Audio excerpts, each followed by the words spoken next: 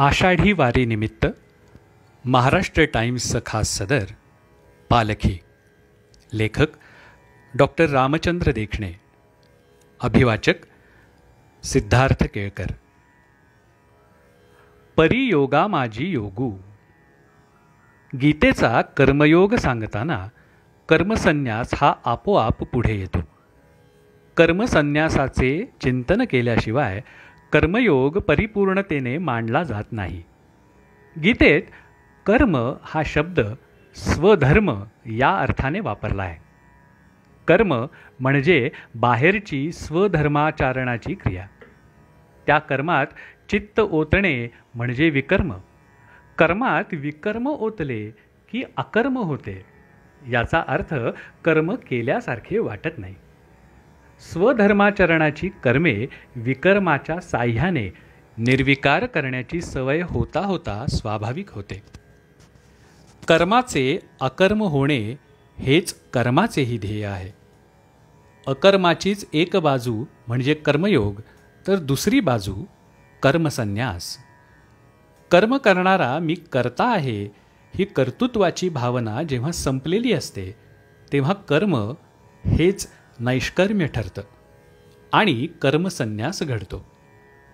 आचार्य विनोबा भावे यांनी म्हटलंय, कर्मयोग हा मार्गावर आहे आणि मुक्कामावरही आहे, पण कर्मसन्यास फक्त मुक्कामावरच आहे.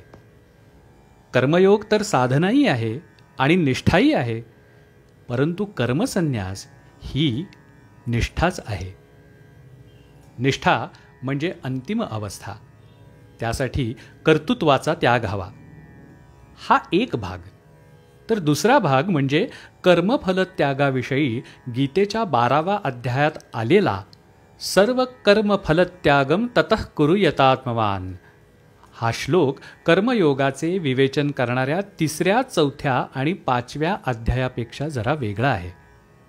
अर्थ असा की तू जर कर्मसन्यास करण्यास असमर्थ असशील तर नियतचित्त होऊन सर्व कर्मफलांचा त्याग कर. या श्लोकावर भाष्य करताना ज्ञानेश्वर माऊलींनी 16 ओव्या लिहिल्या आहेत. बुद्धीच्या पाठीपोटी कर्मा आदी का शेवटी, माते बांधणे किरीटी दुआड जरी. बुद्धीच्या पुढे व मागे तसेच कर्माच्या आरंभी व शेवटी तू मला बांध. बांधणे या शब्दाचा अर्थ आठवण धरणे, आठवण करणे असाही आहे.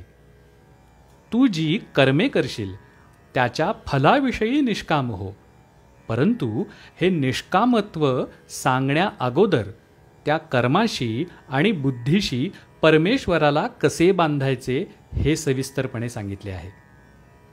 कर्म करण्यास उद्युक्त करणारी बुद्धी आहे. कर्माची प्रेरणा करणाऱ्या बुद्धीचा प्रेरक परमात्मा आहे असा विचार करणे म्हणजे बुद्धीच्या पाठीमागे परमात्म्यास बांधणे होय. कर्म झाल्यावर ते परमात्म्यालाच अर्पण करणे योग्य आहे असा बुद्धीने निश्चय करणे हेच परमात्म्याला बुद्धीच्या पुढे बांधणे होय. आता कर्मास पुढे मागे कसे बांधायचे? तर कोणतेही कार्य करण्या अगोदर ज्या कर्तृत्वाच्या अभिमानाने कर्मास प्रारंभ होतो ते कर्तृत्व आपले नसून परमात्म्याचेच आहे अशा समजुतीने कर्म करावयास लागणे म्हणजे कर्माच्या प्रारंभी परमात्म्यास बांधणे होय.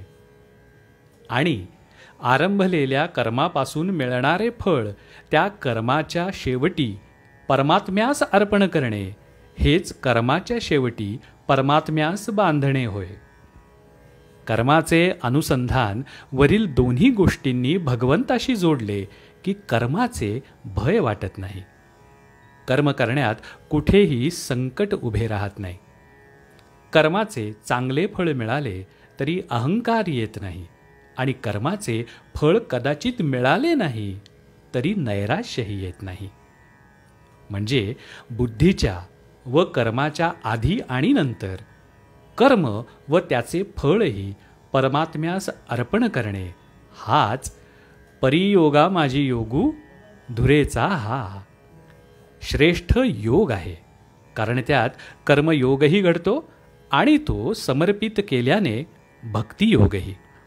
ज्ञानेश्वर माऊलींनी कर्मयोगातही भक्तियोग गुंफला आहे तो असा. महाराष्ट्र टाइम्सचं यूट्यूब चॅनल सबस्क्राईब करा आणि लेटेस्ट अपडेटसाठी बेल आयकॉनवर क्लिक करा.